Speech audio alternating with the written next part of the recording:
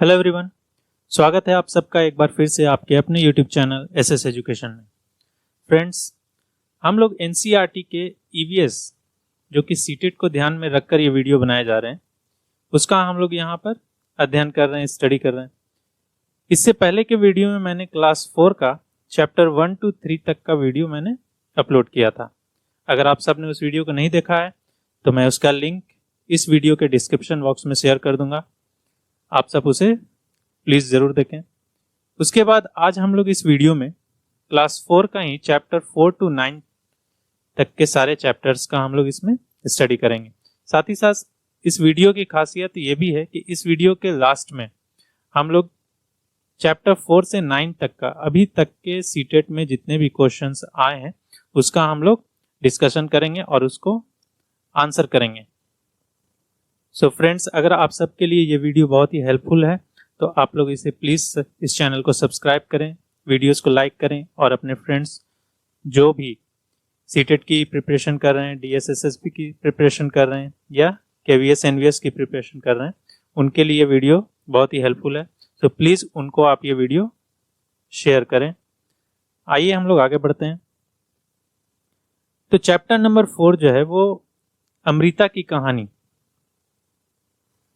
इस चैप्टर की जो मेन कैरेक्टर है एक लड़की है जिसका नाम है अमृता, और ये जो चैप्टर है वो बेस्ड है किस चीज पर?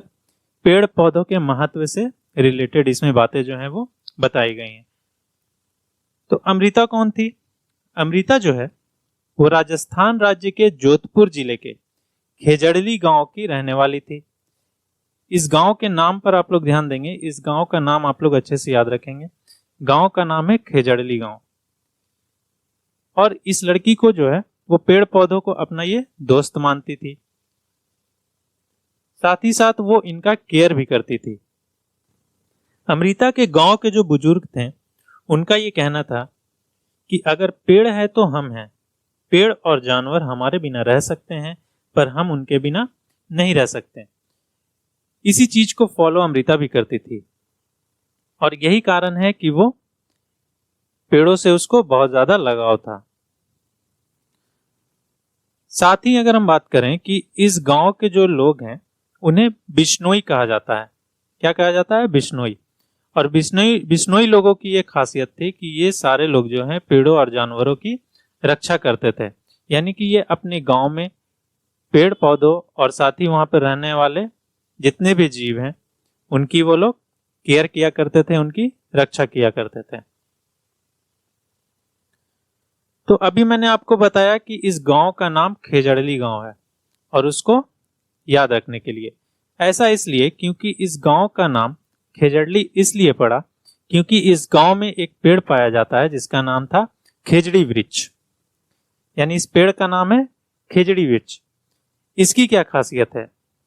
सबसे पहले इसकी खासियत है कि ये पेड़ जो है रेगिस्तानी इलाकों में पाया जाता है, यानी कि वैसे जगहों पर जहां पानी की कमी होती है।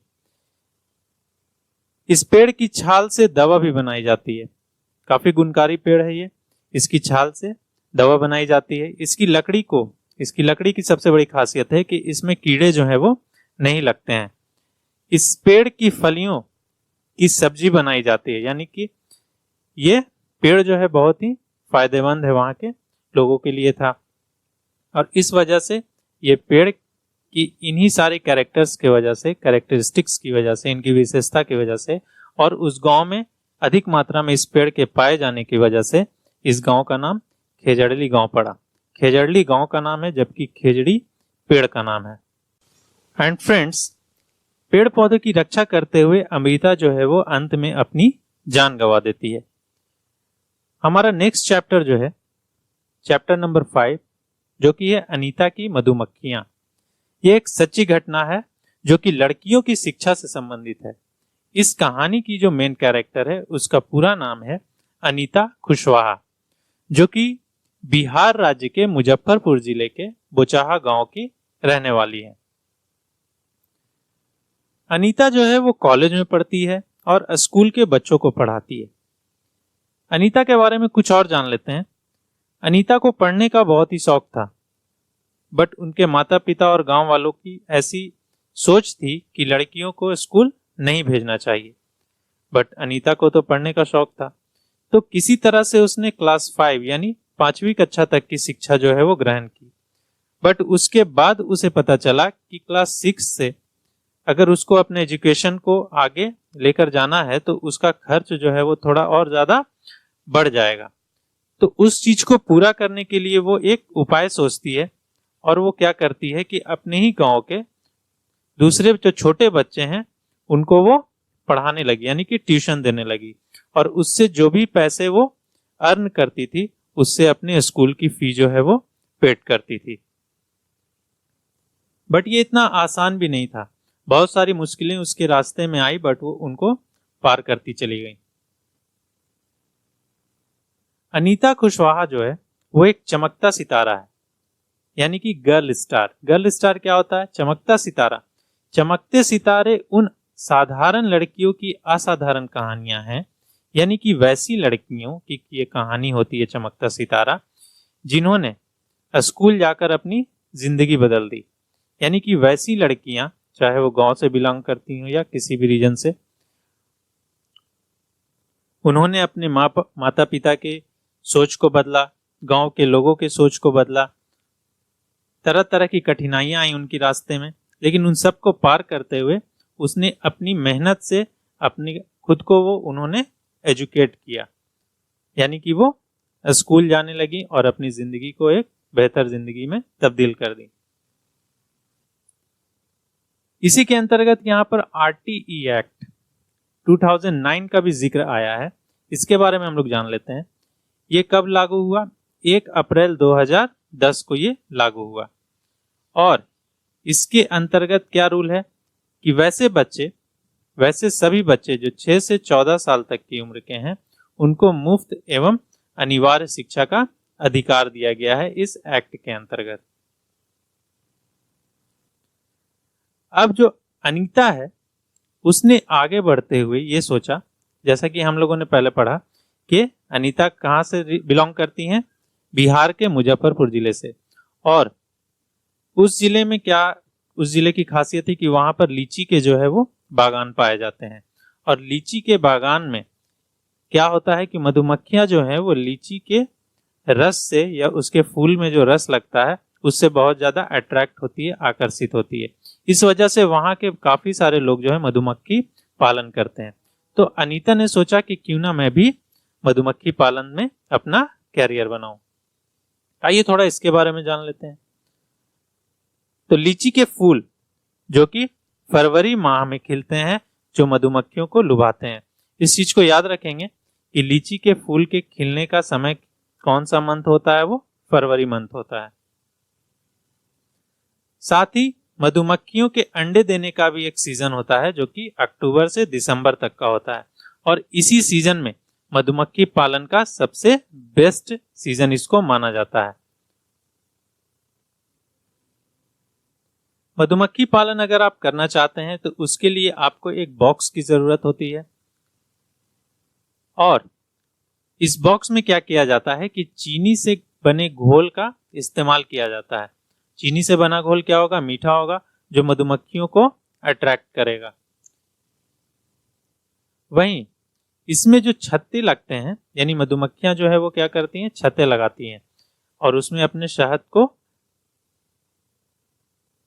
स्टोर करती हैं, ला करके वहां पर जमा करती हैं। तो इस छत्ते की खासियत क्या होती है कि इस छत्ते में एक रानी मक्खी होती है, यानी कि बहुत सारी मधुमक्खियों में एक वहां पर रानी मधुमक्खी होगी, जिसका काम क्या होगा? उसमें अंडे देना। छत्ते में बहुत सारी काम करने वाली मक्खियां भी होती हैं, यानी कि बहुत सारी ऐसी मक्खियां होती हैं जो उसमें एक कह सकते हैं कि लेबर होती हैं, लेबर मक्खी का काम करती हैं। उसका काम क्या होता है? दिन भर वो इधर उधर घूमती हैं और फूलों से रस को ढूंढ करके लाती हैं, जिससे कि शहद बनाया जा सके। अब जैसे ही कोई लेबर मधुमक्खी जो है वो फूलों का रस ढूंढकर आती हैं, तो फिर वो एक विशेष प्रकार का डांस करती हैं अपने छत्ते के पास आकर। उस डांस के थ्रू वो एक संकेत करती हैं बाकी की मक्खियों को कि मुझे इस जगह पर फूल के रस का पता चला है, और फिर बाकी की जो मक्खियां हैं उसके इस डांस को समझ जाती हैं और फिर उस जगह पर जाकर वहां से फूलों का रस वो भी इकट्ठा करने लगती हैं। साथ ही मजदूर मक्खियां जो हैं वही छत्ता बनाती हैं एवं बच्चों को पालती भी हैं। यानी कि रानी मधुमक्खी है, उसका काम सिर्फ अंडे देने का है और ज्यादातर काम जो है वो कौन करती हैं? मजदूर मक्खियां ही करती हैं, जैसे छत्ते बनाना हो या फिर अंडे में से जो बच्चे निकलते हैं उनको पालना भी उन्हीं का काम होता है। नर मक्खी यानी कि मेल मक्खी जो होती है वो कुछ खास काम नहीं करते हैं, जो सारा का सारा काम है वो कौन करती हैं? मजदूर मधुमक्खियां ही करती हैं। इस चीज को याद रखेंगे, क्वेश्चंस जो है वो इससे काफी सारे पूछे जाते हैं कि मधुमक्खी के छत्ते में किस प्रकार की मक्खियां जो है, कौन सी मक्खियां जो है वो कौन सा काम करती हैं। साथ ही नर मक्खी से रिलेटेड भी क्वेश्चंस जो है बनाए जाते हैं, जो हम लोग आगे देखेंगे। वहीं मधुमक्खियों की तरह ही चींटियां ये भी एक ऐसे जीव हैं जो कि कुछ इसी तरह के रूल्स को फॉलो करती हैं। कुछ इन्हीं तरह के कैरेक्टरिस्टिक्स इनमें भी पाए जाती हैं। इनमें भी एक रानी चींटी होती है, या कह सकते हैं बहुत सारी रानी चींटियां होती हैं जिनका काम होता है अंडे देना। यहाँ पर भी रानियां होती हैं जो अंडे देती हैं। मधुमक्खियों में कौन होती थी? मजदूर मधुमक्खियां होती थी। यहाँ पर क्या होती हैं? सिपाही चींटियां होती हैं जो बिल का ख्याल रखती हैं, और काम करने वाली चींटियां जो है वो भोजन ढूंढकर बिल तक लाती हैं। तो यहाँ पर हम लोगों ने ये भी देखा कि क्वेश्चंस इस तरह से भी पूछे जा सकते हैं कि मधुमक्खियों के अलावा और कौन से ऐसे जीव हैं जो उन्हीं तरह के मधुमक्खियों की तरह ही जीवन यापन जो है वो अपना करते हैं। तो कौन सा आंसर होगा? चींटियां। सो फ्रेंड्स, अब हम लोग चैप्टर 6 से 9 तक का स्टडी जो है वो एक साथ करेंगे, क्योंकि ये चैप्टर नंबर 6 से 9 तक एक ही स्टोरी को आगे तक बढ़ाया गया है इस सेक्शन में। दरअसल इस सेक्शन में एक लड़की है ओमना, जो कि गुजरात से केरल तक की यात्रा कर रही है, यानी गुजरात से केरल जा रही है अपने नानी के यहाँ, और इसी यात्रा के दौरान वो जितनी भी घटनाएं देखती हैं, महसूस करती हैं, उसको एक डायरी में नोट करते हुए जा रही है। तो इस चैप्टर में यह बतलाया गया है कि कौन सा शहर किस राज्य में स्थित है, उसको देख लेते हैं। यानी गांधीधाम, अहमदाबाद और वलसाड़, ये तीनों शहर अगर पूछा जाए कि किस राज्य में है तो उसका जवाब होगा गुजरात। वहीं इस चैप्टर में कोझिकोड नाम के शहर का भी जिक्र आया है, जो कि किस राज्य में स्थित है? केरल में। वहीं मडगांव शहर जो है वो गोवा में स्थित है। आगे बढ़ते हैं। तो ये जो सफर है गुजरात से लेकर केरल तक, उसके बीच में जो भी घटनाएं वो ओमना जो है वो नोटिस करते हुए जा रही है, उसमें से एक इंपॉर्टेंट घटना यह है कि जब उसका सफर गोवा पहुंचता है और गोवा से लेकर केरल तक के रास्ते में उसे बहुत सारी सुरंगें दिखती हैं। तो गोवा से केरल तक के रास्ते में टोटली 92 सुरंगें हैं और 2000 पुल वो नोटिस करती है और अपने डायरी में उसको नोट करती हैं। आप लोग भी नोट कर लेंगे कि गोवा से केरल तक के रास्ते में 92 सुरंगें हैं और 2000 छोटे मोटे पुल जो है वो मिलते हैं। अब केरल की खासियत यह है कि वहां के जो लोग हैं वो ज्यादातर लोग सफेद या क्रीम रंग की सूती धोती और साड़ियां पहनते हैं।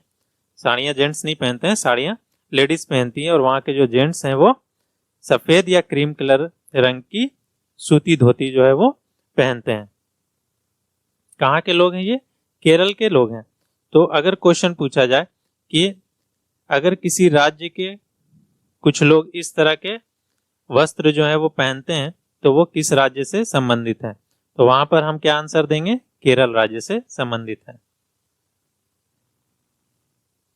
वहीं गुजरात से केरल पहुंचने तक जो बाय ट्रेन अगर हम जाएं तो गुजरात से केरल तक के रास्ते में वो कौन कौन से स्टेट से होकर गुजरेगी, ये भी बहुत ही इंपॉर्टेंट क्वेश्चन है।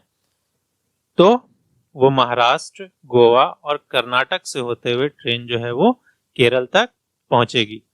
कहाँ से हमारा सफर शुरू होगा? गुजरात से अगर हम केरल जा रहे हैं तो। जैसा कि मैप में भी आप सब देख सकते हैं कि ट्रेन का स्टार्टिंग पॉइंट जो है गुजरात में है। मैं इसे आप लोगों को पॉइंट आउट करके दिखा देता हूँ। ये हमारा गुजरात है। यहाँ से अगर हम सफर शुरू करते हैं केरल जाने के लिए तो इस बीच जो है वो 3 स्टेट्स और पड़ते हैं, जो कि कौन कौन से हैं? महाराष्ट्र, गोवा और कर्नाटक। साथ ही इस चैप्टर में यह भी बतलाया गया है कि कौन सी भाषा जो है वो कौन से राज्य में बोली जाती है। जैसे कि मलयालम भाषा जो है वो केरल में बोली जाती है, कोंकणी गोवा में, मराठी महाराष्ट्र में, गुजराती गुजरात में और कन्नड़ जो है वो कर्नाटक में बोली जाने वाली भाषाएं हैं। आगे हम देखते हैं कि ये मलयालम में विलियम माँ की बड़ी बहन को कहा जाता है तथा अम्मुमा अपनी माँ की माँ को कहा जाता है। बहुत सारे स्टेट्स में हम लोग अपनी माँ की बड़ी बहन को क्या कहते हैं? मासी कहते हैं, मौसी कहते हैं। बट मलयालम में माँ की बड़ी बहन को विलियम कहा जाता है। वहीं अपनी माँ की माँ को हम लोग नानी कहते हैं, बट मलयालम में उसे अम्मुमा कहा जाता है। वहीं केरल के कुछ भागों में, बहुत सारे ऐसे भाग हैं केरल में जहां पर के पानी के एक तरफ से दूसरी तरफ जाने के लिए एक नाव का इस्तेमाल किया जाता है, जिसे वहां पर के लोग फेरी कहते हैं। ठीक है, जैसा कि पिक्चर में भी आप लोग देख पा रहे हैं, ये फेरी की पिक्चर है, जो कि किस स्टेट में इसका इस्तेमाल किया जाता है? केरल स्टेट में इस्तेमाल किया जाता है। वहीं इस चैप्टर में ट्रेन के टिकट को दर्शाया गया है, जिसका मकसद ये है कि इसको दिखाने से बच्चे जो हैं वो ये जान पाएंगे कि ट्रेन में किस किस तरह के इंफॉर्मेशंस जो है वो प्रोवाइड कराई जाती हैं। तो हम लोग देख लेते हैं कि रेल के टिकट में ट्रेन का नंबर अंकित होता है, सफर शुरू होने की तारीख इसमें दी गई होती है, बर्थ एवं डिब्बे के नंबर इसमें दिए हुए रहते हैं, कितना किराया है आपका, यानी जिस जगह से आप जिस जगह तक जाने वाले हैं वहां तक का क्या यहाँ पर किराया आपसे लिया जा रहा है, वो इसमें अंकित होता है। साथ ही आपके जहां से आप सफर की शुरुआत कर रहे हैं और जहां तक के आपका सफर है, जहां तक आपको जाना है, वहां तक की दूरी इसमें दी गई होती है। किस चीज में? किलोमीटर में। तो इस तरह से हम लोगों ने इस चैप्टर में जर्नी से रिलेटेड जो है वो कुछ इंपॉर्टेंट फैक्ट्स को हम लोगों ने देखा। अब हम लोग इस चैप्टर को, यानी चैप्टर नंबर 4 से लेकर के 9 तक का हम लोगों ने स्टडी किया, इसको समराइज किया और जो भी इस बीच इंपॉर्टेंट पॉइंट्स इसमें दिए गए थे वो सारे पॉइंट्स को हम लोगों ने यहाँ पर डिस्कस किया। अब हमारा टाइम आ चुका है कि अब चैप्टर नंबर 4 से लेकर 9 तक के चैप्टर्स में से रिलेटेड जितने भी प्रीवियस ईयर में क्वेश्चंस आए हैं उसका हम लोग डिस्कशन कर लेते हैं। सो फ्रेंड्स, क्वेश्चन नंबर 1 हम लोग देखते हैं। इसमें पूछा जा रहा है कि नीचे दिया गया कौन सा कथन मधुमक्खियों और छत्तों के विषय में सही नहीं है। यहाँ पर आपसे क्या पूछा जा रहा है, इस चीज पर आप लोग ध्यान रखेंगे कि क्वेश्चन को सही से पढ़ेंगे कि आखिर ये पूछ क्या रहा है। इसमें पूछा जा रहा है कि जो भी ऑप्शंस दिए गए हैं वो कौन सा ऑप्शन इसमें गलत है। तो ऑप्शन ए देखते हैं। इसमें कहा गया है कि छत्ते में बहुत सारी काम करने वाली मधुमक्खियां जो है वो होती हैं। तो हम लोगों ने पढ़ चुका है अनीता की कहानी में मधुमक्खियों से रिलेटेड कुछ फैक्ट्स। तो ऑप्शन नंबर ए जो है वो बिल्कुल सही है। ऑप्शन नंबर बी, छत्ते में केवल कुछ नर मक्खियां होती हैं। हम लोगों ने वहां पर पढ़ा था कि केवल कुछ नर मक्खियां होती हैं और वो छत्तों के लिए कुछ विशेष काम नहीं करती हैं। तो ऑप्शन बी भी सही है।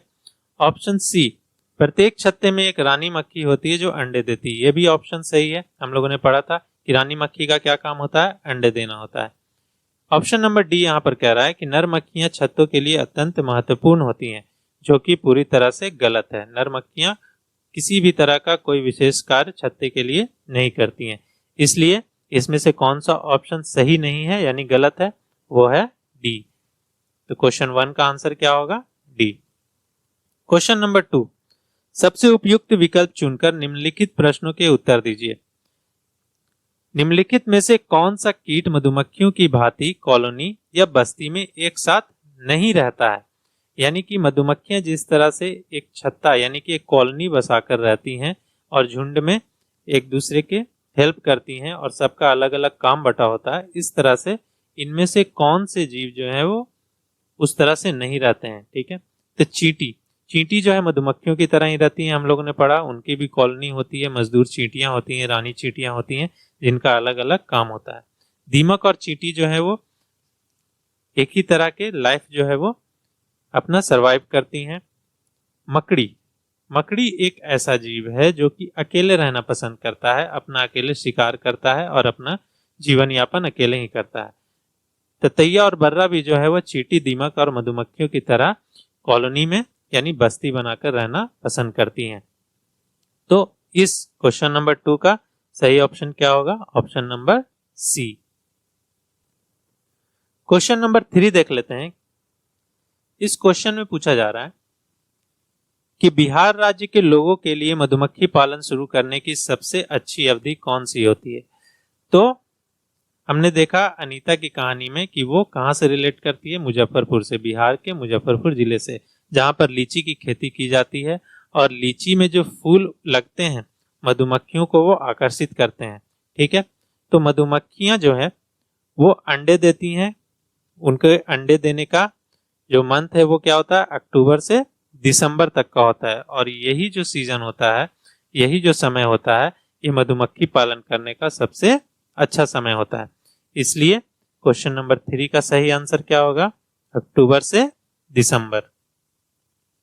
क्वेश्चन नंबर 4 की तरफ हम लोग बढ़ते हैं। क्वेश्चन 4 पूछ रहा है मधुमक्खी पालन के विषय में सही कथन को चुनिए। 4 स्टेटमेंट्स दिए गए हैं यहाँ पर, जिसमें से कौन सा स्टेटमेंट या एक से ज्यादा स्टेटमेंट कौन कौन से सही है उनका हम लोग सिलेक्शन कर लेते हैं। यहाँ पर पहला स्टेटमेंट कह रहा है कि मधुमक्खी पालन शुरू करने का सबसे अच्छा समय जनवरी से मार्च तक का होता है, जो कि बिल्कुल ही गलत है। अभी हम लोगों ने देखा कि ये क्या होता है? अक्टूबर से दिसंबर तक का होता है। ऑप्शन स्टेटमेंट 2 कह रहा है लीची के फूल मधुमक्खियों को लुभाते हैं। बिल्कुल सही बात है। मधुमक्खी पालन और उनके द्वारा उत्पादित शहद का भंडारण करने के लिए बक्सों की आवश्यकता होती है। मैंने आप लोगों को पिक्चर भी दिखाया था और बताया था कि बक्सों की आवश्यकता इसमें पड़ती है, इसलिए स्टेटमेंट 3 भी यहाँ पर सही है। स्टेटमेंट 4 कह रहा है कि मधुमक्खियों के लिए मीठा घोल बनाने के लिए चीनी खरीदी जाती है। बिल्कुल, इस चीनी का घोल बनाकर मधुमक्खियों को आकर्षित किया जाता है, ठीक है, जिससे कि वो उस जगह पर छत्ते लगाना शुरू कर देती हैं। तो इस तरह से हम लोगों ने देखा कि स्टेटमेंट 2, 3 और 4 जो है वो सही है। अब हमें इस ऑप्शन में देखना है कि 2, 3, 4 कौन से ऑप्शंस में बताया गया है। तो सी, ऑप्शन नंबर सी में 2, 3 और 4 का यहाँ पर ऑप्शन दिया गया, इस वजह से हमारा राइट आंसर क्या होगा? सी होगा, यानी कि 2, 3 और 4 सही है। ठीक है, क्वेश्चन 5। क्वेश्चन 5 में हम लोग देखते हैं क्या पूछ रहा है। खेजड़ी वृक्ष, ये किस चैप्टर से रिलेटेड है? ये जो है वो अमृता की कहानी से रिलेटेड है। वहां पर खेजड़ी वृक्ष का हम लोगों ने नाम सुना था। तो खेजड़ी वृक्ष के बारे में सही कथन, यहाँ पे भी बहुत सारे 4 जो है वो स्टेटमेंट्स दिए गए हैं, ABCD। इनमें से कौन से स्टेटमेंट या कौन कौन से स्टेटमेंट सही है, इसका हम लोगों को सिलेक्शन करना है। ऑप्शन ए कह रहा है कि यह वृक्ष मुख्यतः रेगिस्तानी क्षेत्र में पाया है। बिल्कुल, ये रेगिस्तानी क्षेत्र में ही पाया जाता है जहां पर पानी की कमी होती है। ठीक है, क्योंकि अमृता का रिलेशन कहां से था? राजस्थान के खेजड़ली गांव से था। ठीक है, ऑप्शन बी कह रहा है इसे अधिक जल की आवश्यकता नहीं होती है। तो ये रेगिस्तानी क्षेत्र में पाया जाता है, इसका मतलब है कि वहां पर जल की कमी होगी। तो ये ऑप्शन भी हमारा सही है। यह छायादार वृक्ष है जिसकी छाया में बच्चे खेलना पसंद करते हैं। तो हम लोगों ने खेजड़ली गांव के बारे में पढ़ा था, जहां पर कि इस वृक्ष को काफी महत्व दिया गया और ये सही मायने में बहुत ही गुणकारी पेड़ है, बहुत ही इंपॉर्टेंट पेड़ है। तो जाहिर सी बात है वहाँ के जो बच्चे होंगे या लोग होंगे वो इसकी वृक्ष की छाया में खेलेंगे, बैठेंगे और अपना टाइम स्पेंड करेंगे। तो इस तरह से हम कह सकते हैं कि ऑप्शन स्टेटमेंट सी भी सही है। स्टेटमेंट डी, यह अपने तने में जल एकत्र करता है और लोग पतले पाइप से इस जल को पीते हैं। बिल्कुल नहीं, ये सारी चीजें हम लोगों ने उस चैप्टर में नहीं पढ़ी थी, इस वजह से ये जो है हमारा गलत ऑप्शन है। So friends, statement A, B और सी हमारा जो है वो बिल्कुल सही है। अब हमें देखना है कौन से ऑप्शंस में ए, बी और सी का यहाँ पर ऑप्शन दिया गया है। तो हम देख रहे हैं ऑप्शन नंबर ए में ही ए, बी और सी को सही बताया गया है, यानी ये तीनों जो है वो क्या है, स्टेटमेंट्स सही है। इस वजह से हमारा आंसर क्या होगा, ऑप्शन ए होगा। क्वेश्चन नंबर 6 देख लेते हैं। इसमें कहा जा रहा है कि वृक्ष संरक्षण यानी कि वृक्ष का कंजर्वेशन करना, तो ये किस चैप्टर से रिलेटेड हो सकता है? ये भी अमृता की कहानी से ही रिलेटेड है, क्योंकि उस चैप्टर में हम लोगों ने क्या पढ़ा था कि इसमें पेड़ पौधों के महत्व से रिलेटेड बातें जो हैं वो बतलाई जा रही थी। वृक्ष संरक्षण की अवधारणा के बारे में शिक्षार्थियों को संवेदनशील बनाने के लिए गुंजन, एक टीचर है मान लिया जाए क्लास में गुंजन नाम की, वो कौन से एक्टिविटीज बच्चों से करवाती है जिससे कि बच्चों में वृक्ष संरक्षण यानी कि पेड़ पौधों के कंजर्वेशन से रिलेटेड उनके अंदर जो है वो अवधारणा विकसित होगी। तो देख लेते हैं कौन कौन से इसमें ये सारे क्रियाकलाप कराए जा रहे हैं। ठीक है, पहला क्रियाकलाप ये कराया जा रहा है कि एक्टिविटी कराई जा रही है कि प्रत्येक शिक्षार्थी को इस बात के लिए प्रोत्साहित करना कि वे एक वृक्ष को अपनाएं और उसकी देखभाल करें। ठीक है, पहला एक्टिविटी तो यहाँ पर ये कराया जा रहा है। सेकेंड एक्टिविटी ये कराया जा सकता है कि वन संरक्षण पर वाद विवाद प्रतियोगिता का आयोजन करना, यानी कि स्टूडेंट्स के बीच में एक डिबेट ऑर्गेनाइज करना। ठीक है, किससे रिलेटेड, वन संरक्षण से रिलेटेड। गा में जो है एक्टिविटी जो बतलाई गई है वो ये किया जा सकता है कि वृक्षों पर आधारित पोस्टर निर्माण, यानी कि पेड़ पौधों से रिलेटेड हम लोग क्या करेंगे, पोस्टर प्रतियोगिता का आयोजन करेंगे बच्चों के बीच। बच्चे विभिन्न तरह के पोस्टर पेड़ पौधों से रिलेटेड बनाकर लाएंगे। घा जो है वो एक्टिविटी कह रहा है कि शिक्षार्थियों को कटी लकड़ियों के भंडार दिखाना, यानी बच्चों को ले जाइए और जहां पर बहुत सारी लकड़ियां कटी हुई हैं उसे आप शो कर दीजिए। तो ये चारों एक्टिविटीज कराने के बाद आपसे पूछा क्या जा रहा है, देखिए आपसे क्या पूछा जा रहा है कि वांछित उद्देश्य को प्राप्त करने में ऊपर दी गई कौन सी गतिविधियों में से कौन सी सबसे कम प्रभावी है। हमारा उद्देश्य क्या था, हमारा उद्देश्य था वन संरक्षण की अवधारणा के बारे में शिक्षार्थियों को संवेदनशील बनाना। तो इन चारों में से कौन सी सबसे कम प्रभावी है, इस पर आप लोगों को ध्यान देना होगा कि कौन सबसे कम प्रभावी है। तो यहाँ पर अगर बच्चों को इस बात के लिए क्या किया जाए, पेड़ लगाने के लिए प्रोत्साहित किया जाए और उसकी देखभाल करने के प्रोत्साहित किया जाए, तो ये बिल्कुल सही एक्टिविटी होगी। वन संरक्षण पर हम बच्चों में वाद विवाद यानी डिबेट भी करवा सकते हैं। ठीक है, पोस्टर वगैरह भी बनवाने से बच्चों में इसके संरक्षण के प्रति जो अवधारणा जो है वो विकसित होगी। लेकिन अगर हम बच्चों को ले जाते हैं और जहाँ पर लकड़ियाँ बहुत सारी कटी हुई हैं उसे शो कर देते हैं बच्चों को कि ये देखिए लकड़ियाँ काट कर रखी गई हैं, तो उससे बच्चों में क्या वन संरक्षण के प्रति कोई अवधारणा विकसित होगी, नहीं होगी। ठीक है, बहुत ही कम प्रभावी है। तो इस वजह से हम कह सकते हैं कि जो घा है वो ये सबसे कम प्रभावी, और घा कौन से ऑप्शन में आया है, डी में। तो क्वेश्चन नंबर 6 का डी जो है वो सही आंसर होगा। क्वेश्चन 7 क्या कह रहा है कि प्राथमिक स्तर पर वृक्षों के संरक्षण की संकल्पना के बारे में विद्यार्थियों को संवेदनशील बनाने के लिए नीचे दिया गया कौन सा क्रियाकलाप उपयुक्त नहीं है। यह भी सेम क्वेश्चन नंबर 6 को फिर से रिपीट किया गया है फ्रेंड्स, और इसमें भी वही चीज पूछी गई है कि कौन सा क्रियाकलाप उपयुक्त नहीं है। तो इसे मैं आप लोगों के लिए छोड़ देता हूं कि आप लोग इसका आंसर बताएंगे। क्वेश्चन नंबर 8 कह रहा है कि यदि आप रेलगाड़ी द्वारा अहमदाबाद गुजरात जाएं, किस स्टेट में हम लोग जा रहे हैं, अहमदाबाद, गुजरात जा रहे हैं, अहमदाबाद शहर। ठीक है, तो वहां के रेलवे स्टेशन पर आपको अधिकतर बेचने वाले खाने की कौन सी चीज बेचते मिलेंगे, यानी कि गुजरात में कौन सी चीज सबसे ज्यादा खाई जाती है, ये आपको याद रखना है और फिर आप इस क्वेश्चन का जवाब बिल्कुल सही दे सकते हैं।